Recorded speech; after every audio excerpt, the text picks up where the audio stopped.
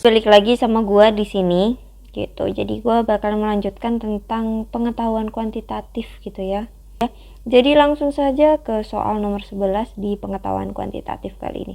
Karena tulisnya nah, di soal nomor 11 ini sudah kelihatan. Nah, gua sendiri yang bilang gitu. Sudah kelihatan bahwa di sini mencari x kuadrat sama dengan 1. Nah, ini.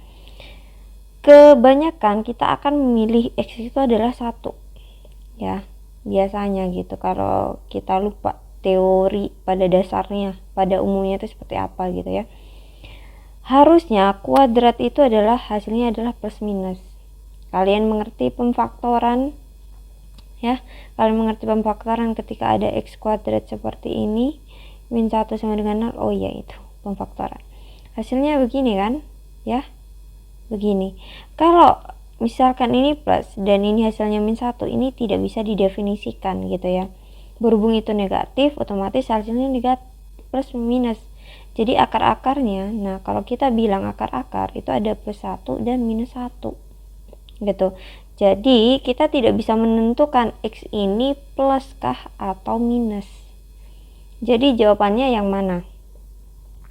Jawaban yang diberikan tidak cukup untuk memutuskan hubungan gitu.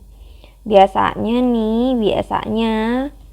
ya kalau kita tergopoh-gopoh ketahuan nih ini soal gampang, gue skip dulu gitu, nanti di ending. Nah pas di ending kehabisan waktu gitu, ngelihat ini oh ya udah jawaban x nya adalah 1, x kuadrat juga 1 kayak gitu kan, itu jatuhnya salah gitu ya.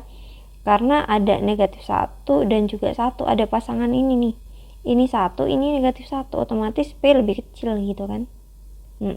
Jadi tidak bisa ditentukan, benar banget.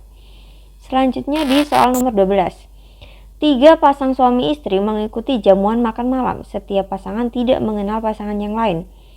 Oke, sebelum acara jamuan ada acara perkenalan. Gimana cara baca?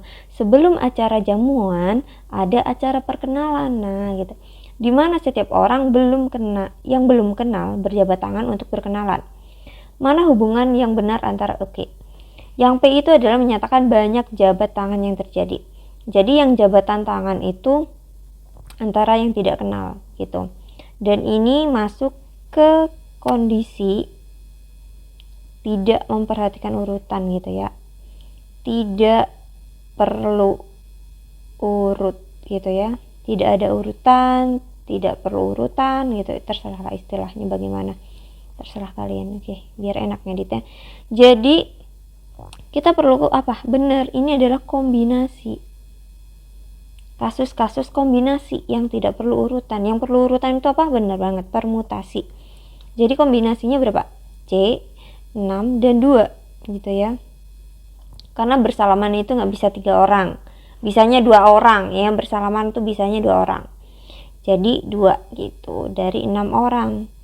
Nah berarti kan 6 faktorial, di sini ada 6 kurang 2 faktorial itu adalah 4 faktorial. Misalkan langsung gue tulis 6, 5, ini 4 kan dicoret. Nah oke deh, gue coret di bawah deh nih. Nah begini ya. Nah ini tinggal 2 bagi 6, 6 bagi 2, 3 gitu ya.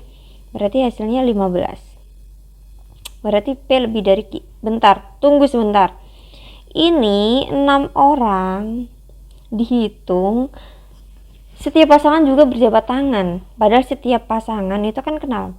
Maksudnya suami istri itu kan saling kenal. Berarti dikurangi berapa? Benar, dikurangi 3.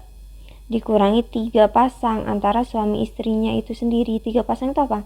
Misalkan bapak A dan ibu A gitu, ada bapak B dan ibu B, ada bapak C dan ibu C.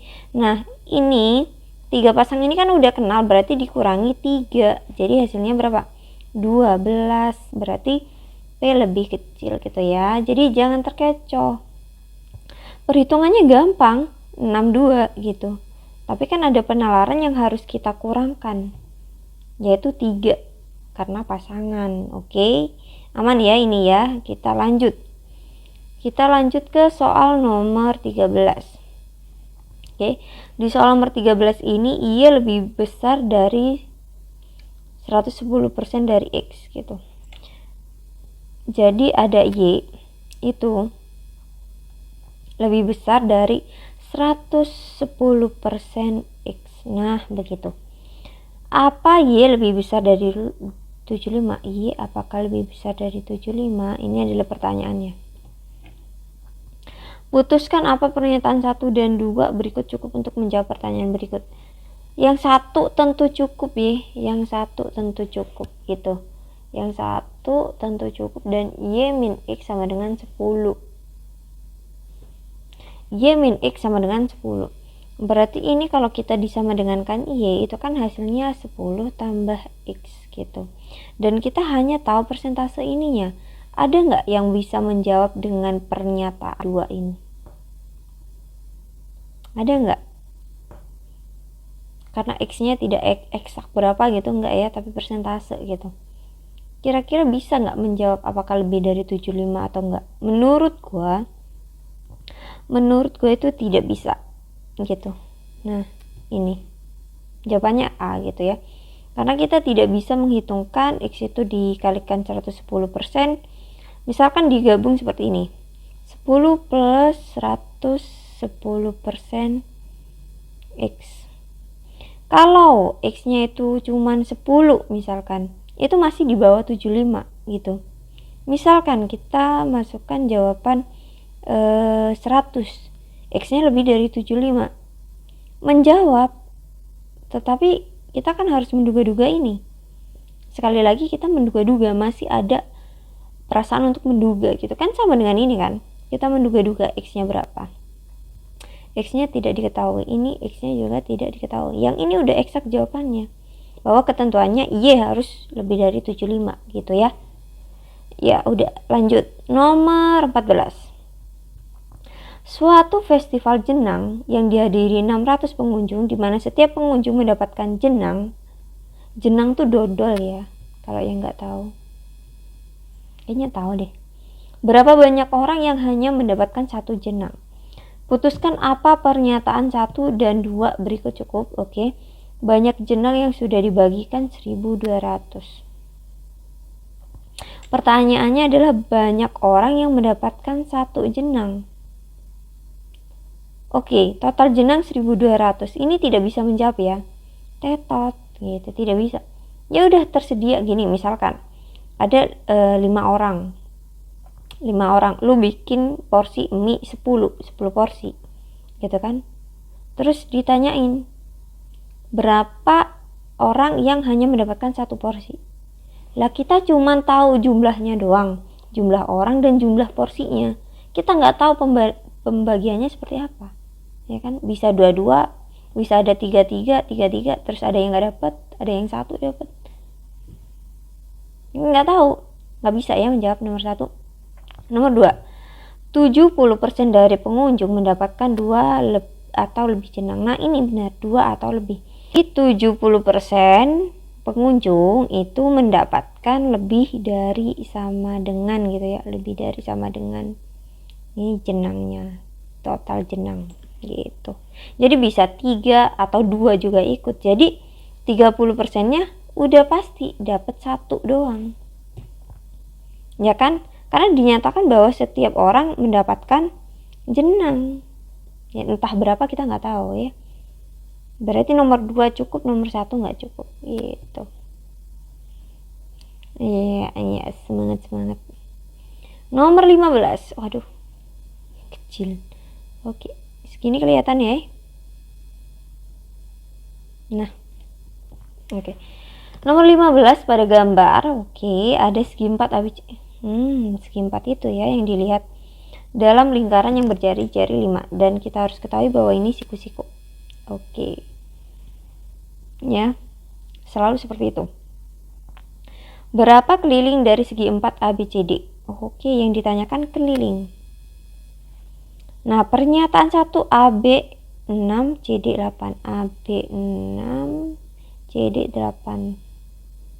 Nah, lingkaran ini jari-jarinya 5, tapi kita nggak tahu ini melewati pusat kah garisnya atau enggak. Kita tahu ini jari-jarinya 5. Masih tidak bisa menghitung. Masih tidak bisa menghitung keliling gitu ya, nggak bisa tetot ini aja nggak bisa. AC adalah diameter lingkaran. Nah baru aja gue bilang. Nah kalau ini udah diameter berarti kita bisa tahu ya panjang AC itu adalah 10, karena jari-jari kan 5, diameter berarti kali 2 10. Berarti dengan rumus Pythagoras kita bisa dapat ini tuh 8, ini 6, ya enggak? Ya kan, begitu kan? Sisi miring kuadrat sama dengan samping kuadrat ditambah depan kuadrat gitu ya. Ini pakai rumus trigonometri sih. Kalau ini rumus ininya. C kuadrat sama dengan A kuadrat plus B kuadrat, dimana C itu sisi miring, A itu alas, B itu sisi tegak lurusnya gitu ya. Oke, berarti kalau 2 ini berjalan ya, kita tetap membutuhkan ini ya. Oke, ini bisa, berarti harus 2 pernyataan bersama-sama gitu. Bener banget ya, bener ya ini ya. Oke, bener. Oke, jadi begitu, semangat. Kita lanjut ke part 4.